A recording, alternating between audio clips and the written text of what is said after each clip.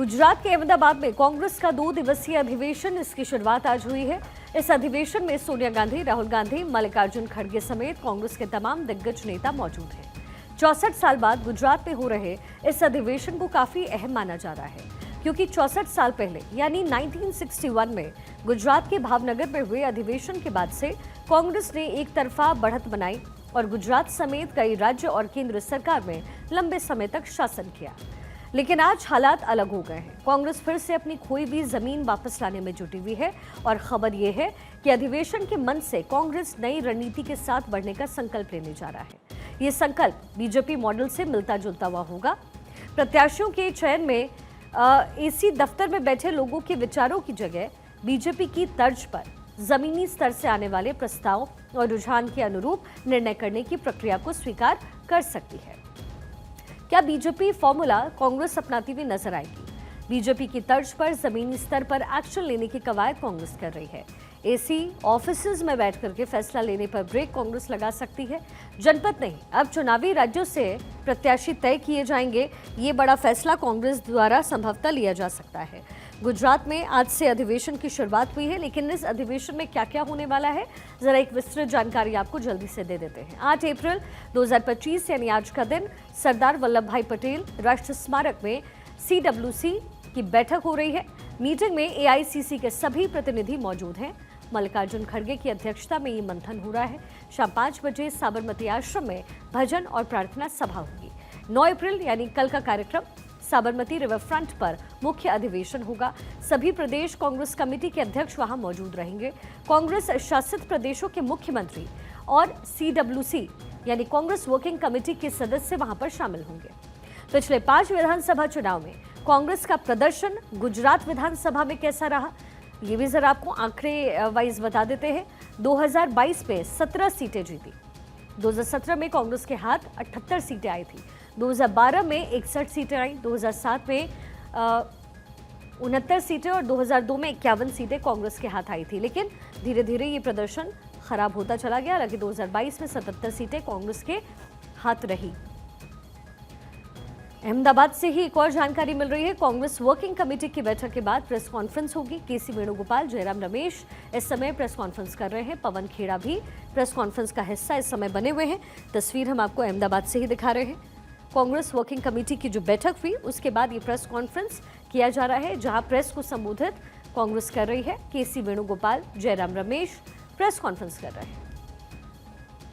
आज एक विशेष प्रस्ताव सरदार वल्लभ भाई पटेल को लेकर उस पर चर्चा हुई और वो पारित हुआ और उसकी कॉपी अभी आपको 1-2 मिनट में मिल जाए। इसके अलावा कल जो 2 प्रस्ताव पर चर्चा होने वाले हैं, एक राष्ट्रीय मुद्दों पर और दूसरा गुजरात को लेकर जो राजनीतिक स्थिति है उस विषय पर एक प्रस्ताव, दोनों प्रस्तावों पर यहाँ चर्चा हुई, वो पारित भी हुआ और कल उस पर विस्तार से AICC में बहस होगी और उसके बाद वो भी पारित होगा।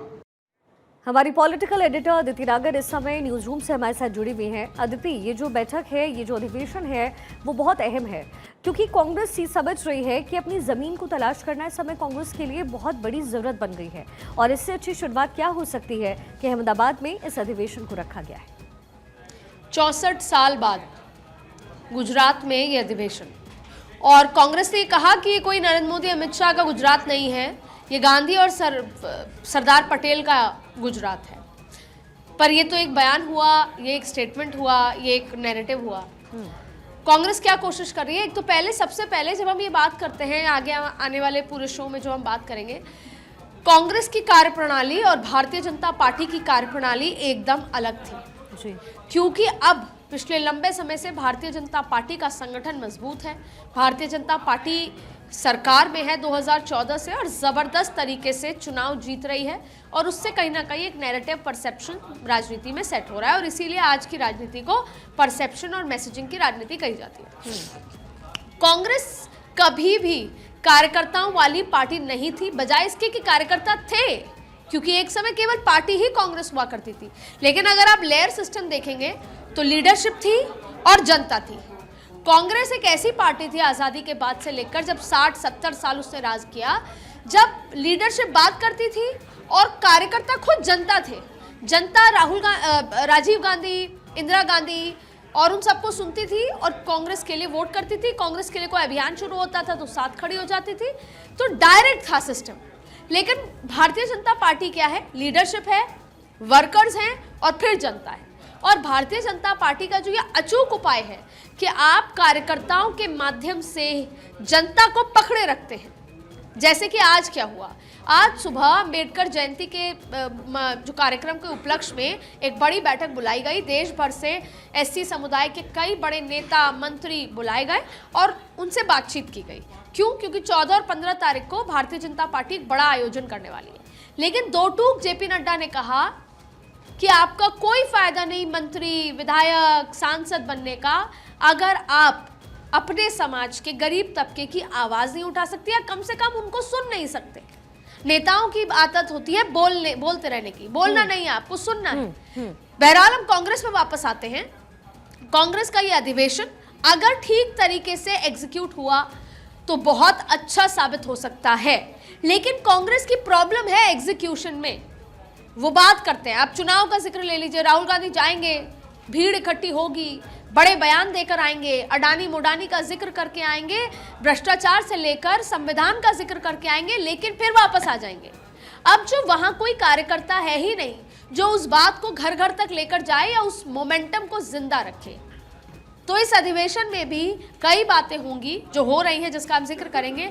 लेकिन सवाल यह है कि पूरे देश भर में आपके कार्यकर्ता, कोई तो चला गया ममता जी के साथ, कोई चला गया अलग अलग जो राज्यों के रीजनल पार्टी के साथ, कोई लालू जी के साथ चला गया, साउथ में कोई डीएमके के साथ चला गया, क्योंकि ये सारी रीजनल पार्टी कांग्रेस से ही निकली हुई है।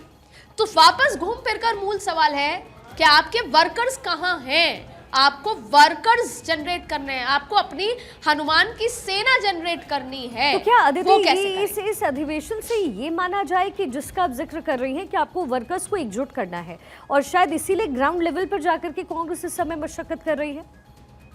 देखिए, अभी तक तो कांग्रेस सही मायने में ग्राउंड पे गई नहीं है। एक अधिवेशन होना जिसमें भी कई सारा क्योस हो जाना, कई लोगों को लगता है कि हमें बुलाया नहीं गया, देखिए एक इंटरनल चुनाव होता है। जैसे अभी भारतीय जनता पार्टी में राष्ट्रीय अध्यक्ष का चुनाव है, वैसे ही कांग्रेस का जब हुआ मल्लिकार्जुन खड़गे का चुनाव, उस समय बहुत सारे पीआरओ एपीआरओ बनाए जाते हैं जो कि हर राज्य में जाके इंटरनल चुनाव कराते हैं पूरे संगठन का। उनको फिर एआईसीसी मेंबर्स बनाया जाता है। अब कईयों की ये शिकायत थी कि हमें एआईसीसी मेंबर बनाया, 4300 रुपीज़ भी लिए गए, लेकिन हमें अधिवेशन में आमंत्रित नहीं किया गया बतौर एआईसीसी मेंबर।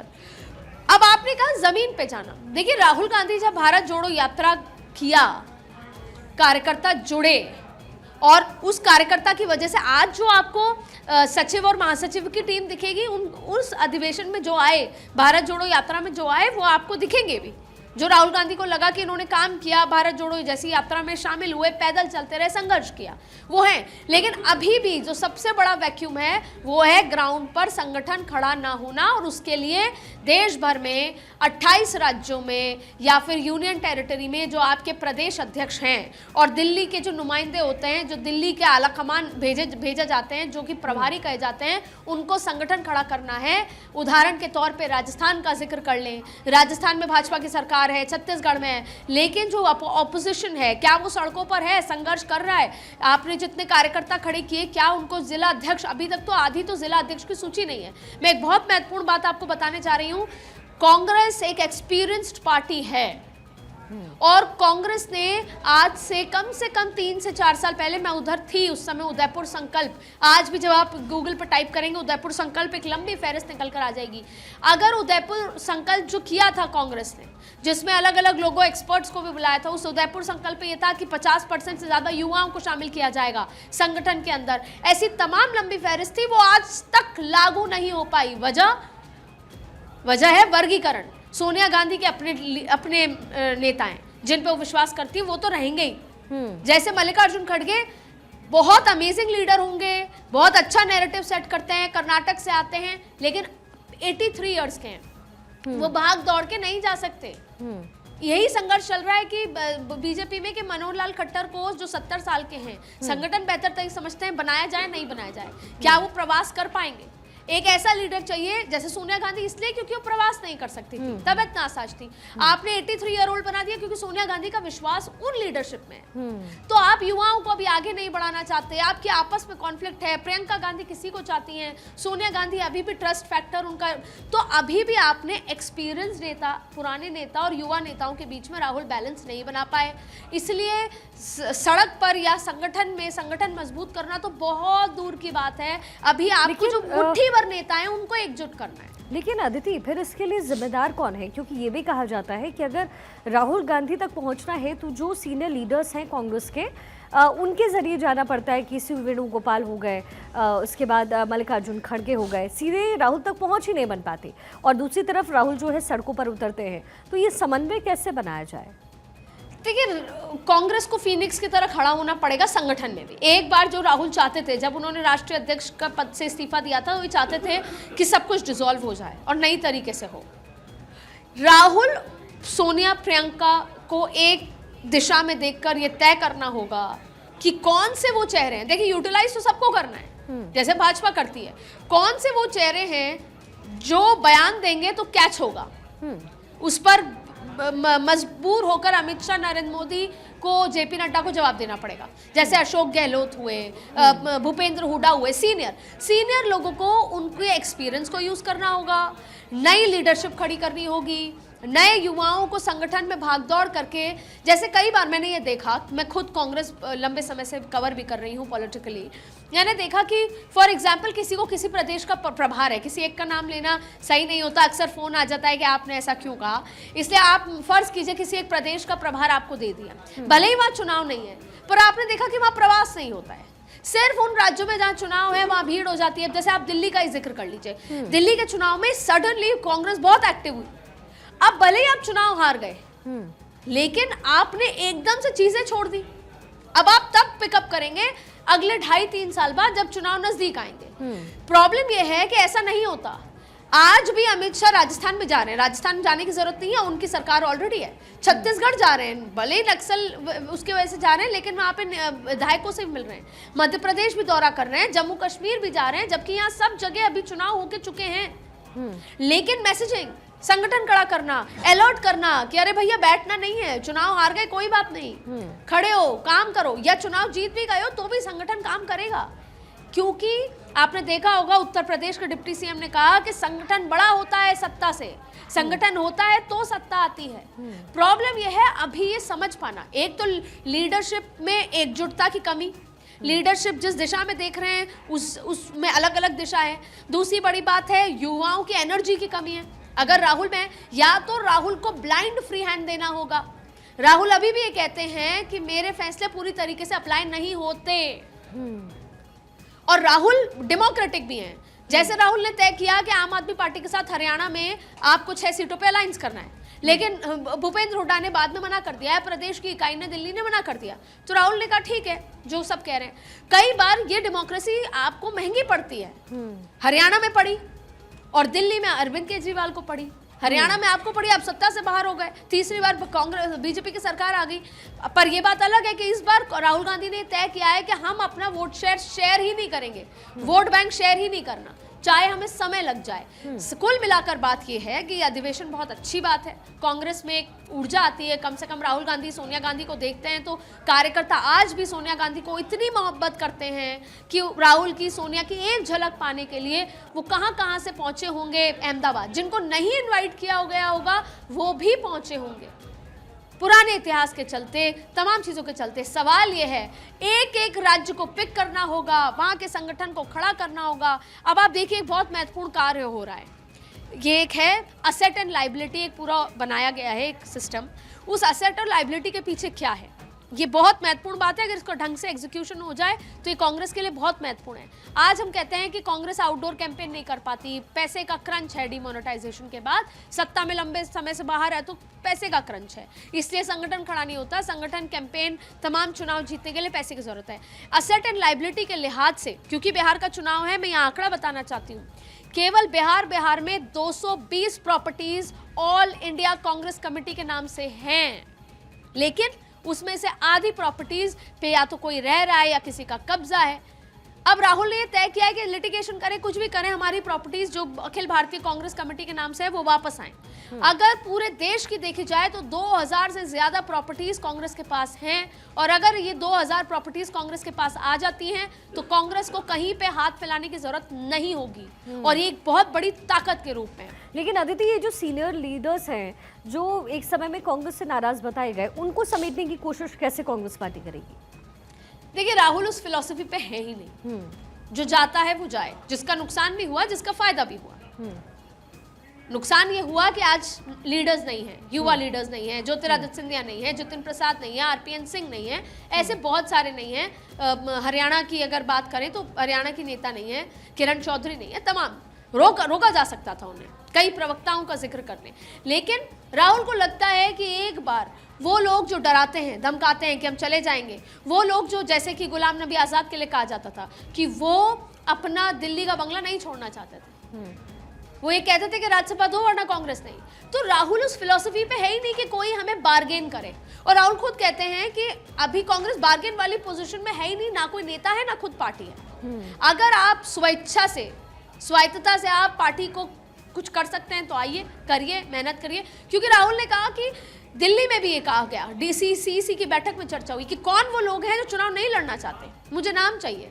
अगर पार्टी की बुरी स्थिति में वो चुनाव लड़ने के लिए तैयार नहीं है, सिर्फ अच्छी स्थिति में वो चाहते हैं कि हम चुनाव लड़ें, जब अलायंस होगा तब चुनाव लड़ेंगे, तो फिर ऐसे लोग मुझे नहीं चाहिए। राहुल आज भी ये कह रहे हैं कि भले ही देर लगे, देर आए लेकिन दुरुस्त आए, बट सवाल यह है कि कितनी देर कांग्रेस अफोर्ड कर पाएगी जी।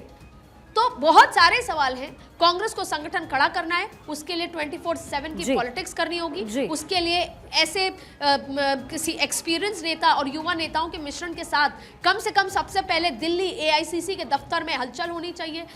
ऐसे नेता होने चाहिए जो छत्तीसगढ़ भी जा रहे हैं, जो तमिलनाडु भी जा रहे हैं, तो जो बिहार भी जा। अब आप देखिए, बिहार में जो प्रभारी बनाए गए हैं वो हिंदी, तो मतलब आप ये सोचिए, बिहारी तो दूर की बात है, वो हिंदी ही नहीं समझते। तो कहीं ना कहीं वो एक भले ही एक्सपीरियंस नेता है, ऐसे ही कई झारखंड में जो प्रभारी बनाए गए हैं, जो दिल्ली के नुमाइंदे हैं, जो ट्रांसपेरेंसी रखते हैं स्टेट और दिल्ली के बीच में, वो झारखंडी समझते हैं, तो दूर की बात है हिंदी ही नहीं समझते। जैसे केसी वेणुगोपाल, आज भी नॉर्थ इंडियन जूझते हैं, नॉर्थ इंडियन कार्यकर्ता केसी वेणुगोपाल से कम्युनिकेशन में। जी। आज भी मल्लिकार्जुन खड़गे साउथ से हैं, नॉर्थ इंडिया का कोई फेस नहीं है। तो राहुल गांधी की रिवैम्पिंग की जरूरत है। राहुल गांधी को 24 घंटे से ज्यादा अगर कोई समय हो सकता है तो काम करना पड़ेगा, और तब जाके वो कांग्रेस को ट्रैक पर ला सकते हैं। और कम से कम कांग्रेस यहाँ पर एक कोशिश करती हुई फिलहाल अहमदाबाद में नजर आ रही है। अदिति, बहुत बहुत शुक्रिया इस पूरे विश्लेषण के।